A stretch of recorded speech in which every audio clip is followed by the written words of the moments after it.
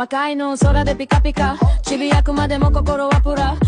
Hi hello friends, ಎಲ್ರಿಗೂ ನಮಸ್ಕಾರ. Welcome back to my another vlog. So friends, ಇವಾಗಲೇ ನಿಮಗೆ ನನ್ನ ಥಂಬ್ನೈಲ್ ನೋಡಿ ಗೊತ್ತಾಗಿರಬಹುದು ನಾನು ಎಲ್ಲಿ ಹೋಗ್ತಾ ಇದ್ದೀವಿ, ಇದು ವ್ಲಾಗ್ ಯಾವುದು ಅಂತ. ಎಸ್ ಫ್ರೆಂಡ್ಸ್, ಇದು ಬಂದುಬಿಟ್ಟು ರಾಯರ ವ್ಲಾಗ್ ಆಗಿರುತ್ತದೆ. ಬಿಕಾಸ್ ನಾವು ಬೆಂಗಳೂರಿನಲ್ಲಿರುವ ರಾಯರ ಮಠಕ್ಕೆ ನಾವು ಹೋಗ್ತಾ ಇದ್ದೀವಿ. ತುಂಬ ದಿವಸದಿಂದ ಆಸೆ ಆಗ್ತಾ ಇತ್ತು. ಬಿಕಾಸ್ ರಾಯರ ಬಗ್ಗೆ ತುಂಬಾ ಕೇಳಿದೆ ನಾನು. ಸೊ ಹೀಗಾಗಿ ಆಸೆಯಿಂದ ನಮ್ಮ ಹಸ್ಬೆಂಡ್ಗೆ ಹೇಳಿದೆ. ಸೊ ಅದಕ್ಕೆ ಅವರು ಈ ಸಂಡೇ ಕರ್ಕೊಂಡು ಹೋದರು ನಮಗೆ. ಅಲ್ಲಿ ಪಾರ್ಕಿಂಗ್ ಆಗಲಿ ಅಲ್ಲೆಲ್ಲ ಚೆನ್ನಾಗಿ ಇತ್ತು. ಎಲ್ಲನೂ ಒಂಥರ ಶಾಂತವಾಗಿ ಪ್ರಶಾಂತವಾಗಿ ಇತ್ತು. ಫಸ್ಟ್ ಹೋದ ತಕ್ಷಣವೇ ಸ್ವಲ್ಪ ನಾವು ಕಾಲೆಲ್ಲ ಸ್ವಲ್ಪ ಮಡಿ ಅಂದರೆ ಲೈಕ್ ನೀರೆಲ್ಲ ಹಾಕ್ಕೊಂಡು ಹೋಗಬೇಕು. ಯಾವುದೇ ದೇವಸ್ಥಾನಕ್ಕೆ ಇದು ಒಂದು ಒಳ್ಳೆಯ ಪದ್ಧತಿನೇ ಅಂತ ಹೇಳ್ಬೋದು. ಸೊ ಅಲ್ಲೆಲ್ಲ ನೀರು ಇತ್ತು. ಸೊ ನೀರು ಹಾಕ್ಕೊಂಡು ಎಲ್ಲ ಕೈ ಕಾಲೆಲ್ಲ ಚೆನ್ನಾಗಿ ತೊಳ್ಕೊಂಡು ದೇವಸ್ಥಾನಕ್ಕೆ ಪ್ರವೇಶ ಮಾಡಬೇಕಂತ ಆಗಿದ್ದು.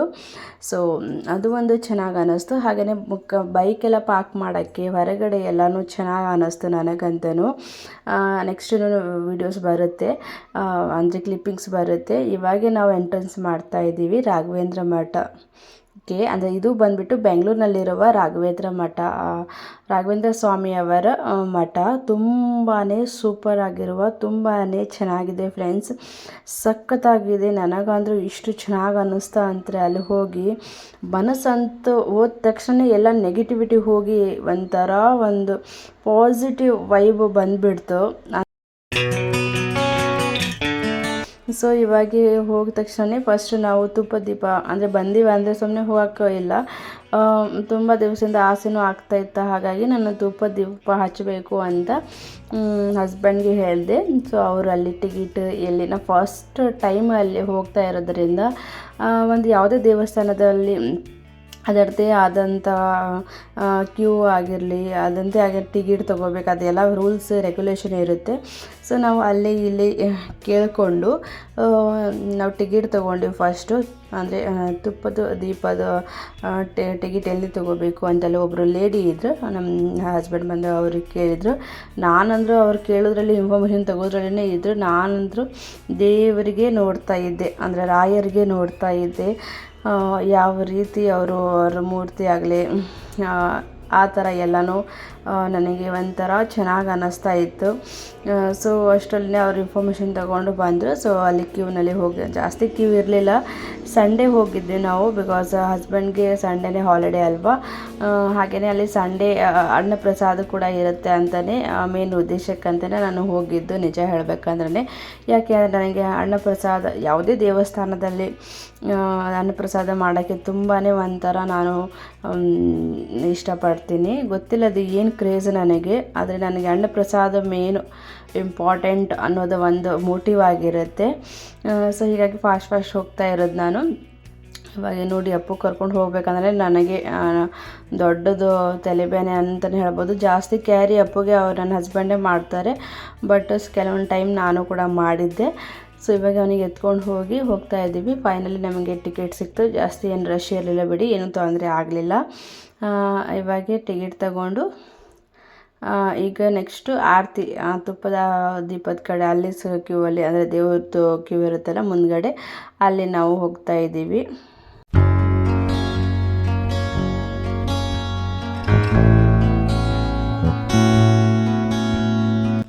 ಹಾಗೆಯೇ ಒಂದು ಹರಕೆ ಅಂತ ಏನಿಲ್ಲ, ಒಂದು ಆಸೆ ಇತ್ತು ದಟ್ ತುಪ್ಪದ ಆರತಿ ಮಾಡಿಸ್ಕೋಬೇಕು ಅಂತ.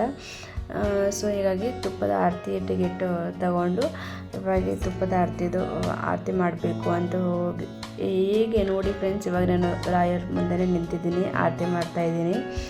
ಮನಸ್ಸು ಎಷ್ಟು ಹಗುರವಾಯಿತು ಅಂದರೆ, ಮನಸ್ಸಲ್ಲಿ ಏನೋ ಒಂದು ಕೆಟ್ಟ ಶಕ್ತಿ ಇದ್ರೂ ಫುಲ್ ಹೋಯಿತು ಅಂತ ಅನ್ನೋ ಫೀಲಿಂಗ್ ಬಂತು. ಮತ್ತು ಹಾಗೆಯೇ ಗೊತ್ತಿಲ್ಲ ರಾಯರ ಮೇಲೆ ಎಷ್ಟು ನನಗೆ ದೃಢ ನಂಬಿಕೆ ಬಂತಂದರೆ, ನನಗೆ ಗೊತ್ತೇ ಇರಲಿಲ್ಲ ನಾನು ರಾಯರ ಟೆಂಪಲ್ಗೆ ಯಾವಾಗಾದರೂ ವಿಸಿಟ್ ಮಾಡ್ತೀನಿ ಅನ್ನೋದು. ಬಿಕಾಸ್ ಅಷ್ಟೊಂದು ನಾನು ಯೋಚನೆ ಮಾಡಿರಲಿಲ್ಲ ರಾಯರ ಬಗ್ಗೆ. ಯೂಶ್ವಲಿ ನಾವು ಅಂತೀವಲ್ಲ, ತಿರುಪತಿಗೆ ಹೋಗ್ಬೋದು, ಧರ್ಮಸ್ಥಳಕ್ಕೆ ಹೋಗ್ಬೋದು, ಬಟ್ ರಾಯರ ಬಗ್ಗೆ ನಾನು ಯೋಚನೆ ಮಾಡಿರಲಿಲ್ಲ. ಬಟ್ ಯಾಕೋ ಇತ್ತೀಚೆಗೆ ರಾಯರಿದ್ದಾರೆ ಅನ್ನೋದು ಒಂದು ಫೀಲು ಆಗ್ತಾಯಿತ್ತು. ಸೊ ನೋಡಿ ಎಂಥ ಒಂದು ಹೇಳ್ಬೋದಂದರೆ, ಲಾಸ್ಟಲ್ಲಿ ಅವರೇ ನಮಗೆ ಅವರು ದರ್ಶನಕ್ಕೆ ಕರೆಸ್ಕೊಂಡ್ರು. ಒಂದು ವಿಚಿತ್ರವಾದ ಸಂಗತಿನೇ ನನ್ನ ಲೈಫಲ್ಲಿ ನಡೆದಿತ್ತು ಅಂತ ಹೇಳೋಕ್ಕೆ ಇಷ್ಟಪಡ್ತೀನಿ ಇಲ್ಲಿ. ಯಾಕಂದರೆ ಅವರು ಕರೆಸ್ಕೊಂಡ್ರು ನಮಗೆ, ಅದೇ ಒಂದು ನಮಗೆ ಪವಾಡ ಅಂತ ಹೇಳ್ಬೋದು ಇಲ್ಲಿ. ಹಾಗೆಯೇ ಸೊ ಫೈನಲಿ ನಾನು ಹಾಗೆ ನನ್ನ ಹಸ್ಬೆಂಡ್ ಇಬ್ಬರು ಸೇರಿ ನಾವು ತುಪ್ಪದ ಆರತಿ ಮಾಡ್ತೀವಿ. ಹಾಗೆ ನಮ್ಮ ಮನಸ್ಸಲ್ಲಿ ನಮ್ಮ ಬಗ್ಗೆ, ಹಾಗೆ ನನ್ನ ಮಗ ಅಪ್ಪನ ಬಗ್ಗೆ, ಹಾಗೆ ನಮ್ಮ ಫ್ಯಾಮ್ಲಿ ಬಗ್ಗೆ, ಎಲ್ಲರ ಬಗ್ಗೆನೂ ಒಂದು ಮನಸ್ಸಲ್ಲಿ ಏನೇನೋ ಬೇಡಿಕೆ ಇತ್ತೆಲ್ಲ ಬೇಡಿಕೊಂಡು ಹರಕೆ ಕೂಡ ಒಂದು ಹರಕೆ ಕೇಳಿಕೊಂಡು, ಅಂದರೆ ಹರಕೆ ಹೊತ್ಕೊಂಡು ಬಂದಿದ್ದೀನಿ. ನೆಕ್ಸ್ಟ್ ಅದು ಹರಕೆ ಪೂರಿ ಆದರೆ ಅಫ್ಕೋರ್ಸ್ ರಾಯರಿಗೆ ಅದು ಹರಕೆ ಕೂಡ ಪೂರಿ ಮಾಡಬೇಕು ನೆಕ್ಸ್ಟ್ ಬರುವಂಥ ದಿನಗಳಲ್ಲಿ. ಸೊ ಇಷ್ಟೆಲ್ಲ ಅವರು ನಮಗೆ ಏನೂ ಇಲ್ಲದ್ರೂ ಕರೆಸ್ಕೊಂಡು ತಮ್ಮ ದರ್ಶನ ಕೊಟ್ಟರು. ಅಷ್ಟೆಲ್ಲ ಮಾಡಿದ್ರು ನನ್ನ ಹರಕೆ ಕೂಡ ಅವರು ಪೂರೈಸ್ತಾರೆ ಅಂತ ಒಂದು ನಂಬಿಕೆ ಕೂಡ ನನಗೆ ಇದೆ ಫ್ರೆಂಡ್ಸ್. ಒಂದು ಸ್ಟ್ರಾಂಗ್ ಫೀಲಿಂಗ್ ಕೂಡ ಇದೆ. ಅಷ್ಟೇ, ಏನು ಮನಸ್ಸಲ್ಲಿ ಏನು ಇತ್ತು ಎಲ್ಲನೂ ಬೇಡಿಕೊಂಡು ರಾಯರಿಗೆ ನಮಸ್ಕಾರ ಮಾಡಿಕೊಂಡು ಇವಾಗ ಒಳಗಡೆ, ಅಂದರೆ ಮಠದ ಒಳಗಡೆ ಹೋಗ್ತಾ ಇದ್ದೀವಿ. ಅಪ್ಪುಗೂ ನೋಡಿ ಎಷ್ಟು ಕ್ಯೂರಿಯಾಸಿಟಿಯಿಂದ ಅವನು ಕೂಡ ಆಶೀರ್ವಾದ ತಗೋತಾ ಇದ್ದ, ನಮಸ್ಕಾರ ಮಾಡ್ತಾ ಇದ್ದ. ಅಂದರೆ ಅವನು ಕೂಡ ಇಂಥದ್ರ, ನನಗೂ ಒಂದು ಆಸೆ ಫ್ರೆಂಡ್ಸ್, ಈ ಥರ ಸ್ಪಿರಿಚುವಲ್ ಆಗಿ ನನ್ನ ಮಗನಿಗೆ ನಾನು ಆದಷ್ಟು ನಾನು ದೇವಸ್ಥಾನ ವಿಸಿಟ್ ಮಾಡಿಸ್ತಾ ಇದ್ದೀನಿ ನನ್ನ ಮಗನಿಗೆ. ಬಿಕಾಸ್ ದೇವರು ಒಳ್ಳೆ ಬುದ್ಧಿ ಕೊಡಲಿ, ಅವರಿಗೆ ಒಳ್ಳೆಯದೇ ಮಾಡಲಿ ಅಂತ, ಕೆಟ್ಟದ್ದು ಮಾಡಬಾರ್ದು ಲೈಕ್ ಏನೋ ಅಂತ. ಅದಕ್ಕೆ ದೇವರು ಒಳ್ಳೆಯದೇ ಅವನಿಗೆ ಕಲಿಸ್ಲಿ, ಯಾರಿಗೂ ದುಃಖ ಕೊಡಲಾರ್ದೇ, ಯಾರಿಗೂ ಮನಸ್ಸು ನೋಯಿಸಲಾರ್ದೇ ನನ್ನ ಮಗ ಇರಬೇಕು ಅಂತಲೇ ನನ್ನ ಒಂದು ಮೋಟಿವ್ ನನ್ನ ಲೈಫಲ್ಲಿ. ಬೇರೆದವರು ಯಾರ್ಯಾರೋ ಏನೇನೋ ಮಾಡಿದ್ದಾರೆ, ಬೇರೆಯವರು ಮನಸ್ಸು ನೋಯಿಸ್ತಾರೆ, ಬಟ್ ಆ ಥರ ನನ್ನ ಮಗ ಯಾವಾಗೂ ಯಾರ್ದು ಮನಸ್ಸು ನೋಯಿಸಬಾರ್ದು ಅನ್ನೋದು ಒಂದು ನನಗೆ ಒಂದು ಇಚ್ಛೆ, ಆಸೆ. ಸೊ ನನ್ನ ಇಚ್ಛೆ ರಾಯರು ಪೂರೈಸ್ತಾರೆ. ನನ್ನ ಮಗನಿಗೆ ಒಂದು ಒಳ್ಳೆ ಗುಣ ಕೊಡ್ತಾನೆ, ಒಳ್ಳೆಯದ ರೀತಿಯಲ್ಲೇ ಬೆಳೆಸ್ತಾರೆ ಅಂತ ಒಂದು ನನಗೆ ವಿಶ್ವಾಸವಿದೆ. ಸೊ ನಾವು ಇವಾಗ ಹೋಗ್ತಾ ಇದ್ದೀವಿ ಒಳಗೆ. ರಾಯರ ಇಲ್ಲೂ ಕೂಡ ಮೂರ್ತಿ ಇದೆ ರಾಯರದು, ಅಲ್ಲೂ ಕೂಡ ಅಲ್ಲಿ ಅಂದರೆ ಗೋಪುರ. ಸೊ ಅಲ್ಲಿ ಕೂಡ ನಾವು ಹೋಗಿ ನೋಡಬೇಕು ರಾಯರಿಗೆ ಒಂಥರ ಅಂತ ಆಸೆ ನನಗೆ ಆಗ್ತಾಯಿತ್ತು. ಸೊ ಇಲ್ಲಿ ಒಳಗೆ ಹೆಜ್ಜೆ ಇಟ್ಟ ತಕ್ಷಣ ಒಂದು ಎಷ್ಟು ಸ್ಟ್ರಾಂಗ್ ಆಗಿ ನನಗೆ ಒಂದು ಶಕ್ತಿ ನನಗೆ ಫೀಲ್ ಆಯ್ತು ಅಂತಂದರೆ, ಹೆಜ್ಜೆ ಹಾಕಿದ ತಕ್ಷಣ ನನಗೆ ಏನೋ ಒಂದು ಫೀಲ್ ಆಯಿತು, ದಟ್ ರಾಯರು ಇದ್ದಾರೆ ಅನ್ನೋದು ಒಂದು ಫೀಲು ನನಗೆ ಸ್ಟ್ರಾಂಗ್ ಆಗಿ ಬಂತು ಫ್ರೆಂಡ್ಸ್. ಅದು ವೈಬ್ ನನಗೆ ಕನೆಕ್ಟ್ ಆಯಿತು ರಾಯರದು. ಸೊ ತುಂಬಾ ನನಗೆ ಇಷ್ಟ ಆಯಿತು. ಹಾಗೆಯೇ ನೋಡಿ ಅಪ್ಪು ಎಷ್ಟು ಚೆನ್ನಾಗಿ ಆಟ ಆಡ್ತಾವನೆ. ಇವಾಗ ಹೋಗಿ ಒಳಗೆ ಹೋಗಿ ನಾವು ಆಶೀರ್ವಾದ ಮಾಡ್ಕೋತಾ, ಅಂದರೆ ದೇವರಿಗೆ ನಮಸ್ಕಾರ ಮಾಡ್ಕೊತ ಲೈನಲ್ಲಿ ಹೋಗ್ತಾ ಇದ್ದೀವಿ. ನೀವು ಕೂಡ ಆಶೀರ್ವಾದ ಪಡ್ಕೊಳ್ಳಿ. ಆದಷ್ಟು ಬೇಗ ನಿಮಗೆ, ನಿಮ್ಮ ಫ್ಯಾಮ್ಲಿಗೆ ರಾಯರು ಎಲ್ಲ ಒಳ್ಳೇದು ಮಾಡಲಿ. ನಮಗೆ ಸುಖ, ಶಾಂತಿ, ಸಮೃದ್ಧಿ, ಆಸ್ತಿ ಪಾಸ್ತಿ ಎಲ್ಲ ನಿಮ್ಮ ಲೈಫಲ್ಲಿ ಮೇನು ನಿಮ್ಮ ಜೀವನ, ನಿಮ್ಮ ಶರೀರವನ್ನು ಚೆನ್ನಾಗಿ ಇಡಲಿ ಅಂತ ನಾನು ರಾಯರಲ್ಲಿ ಕೇಳ್ಕೊತೀನಿ ನಿಮ್ಮ ಪರವಾಗಿ. ಹಾಗೆಯೇ ನನ್ನ ಮಗನ ಲೈಫಲ್ಲಿ, ನನ್ನ ಹಸ್ಬೆಂಡ್ ಲೈಫಲ್ಲಿ, ನನ್ನ ಫ್ಯಾಮ್ಲಿ ಲೈಫಲ್ಲಿ ಕೂಡ ರಾಯರು ಚೆನ್ನಾಗಿ ಇನ್ನು ಮುಂದೆ ಒಳ್ಳೆಯದು ಮಾಡಲಿ ಅಂತ ಕೇಳ್ಕೊತೀನಿ. ನೋಡಿ ರಾಯರದ್ದು ಇವಾಗೆ ಮೂರ್ತಿ ದರ್ಶನ ಪಡ್ಕೊಳ್ಳಿ. ಇವಾಗ ಅಕ್ಷತೆ ಕೂಡ ನನಗೆ ಪ್ರಸಾದ ಅಂತ ಒಂದು ಆಶೀರ್ವಾದ ಸಿಕ್ತು. ಅದನ್ನು ಕೂಡ ನಾನು ಅಪ್ಪು ತಲೆಯಲ್ಲಿ ಫಸ್ಟ್ ಹಾಕಿದೆ. ಆಲ್ದೋ ನನ್ನ ಹಸ್ಬೆಂಡ್ ನನಗಿಂತ ಮುಂಚೆನೇ ಅವರು ಹಾಕಿಬಿಟ್ಟಿದ್ರು. ಬಿಕಾಸ್ ನಮಗೆ ಫಸ್ಟ್ ಏನಿದ್ರೂ ಆಶೀರ್ವಾದ ಫಸ್ಟ್ ಅವನಿಗೆ ಹೋಗಬೇಕು, ನೆಕ್ಸ್ಟ್ ನಾವು ಆಶೀರ್ವಾದ ಪಡ್ಕೋಬೇಕು. ಮನೆಯಲ್ಲಿ ಆದ್ರೂ ಹೀಗೆ ನಾವು ಉದಿನ ಕಡ್ಡಿ ಈ ಥರ ದೀಪ ಹಚ್ಚಿದರೆ ಫಸ್ಟ್ ಕುಂಕುಮ ಫಸ್ಟ್ ನಮ್ಮ ಕೈ ಬೆರಳು ಹೋಗೋದೇ ಒಂದು ಹಣೆ ಮೇಲೆ, ನೆಕ್ಸ್ಟ್ ನಮ್ಮ ಹಣೆ ಮೇಲೆ ಬರಬೇಕು ಅನ್ನೋದು ಒಂದು ನಮ್ಮದು ಇದೆ. ಅದು ಮೊದಲಿಂದನೂ ಬಂದಿದೆ.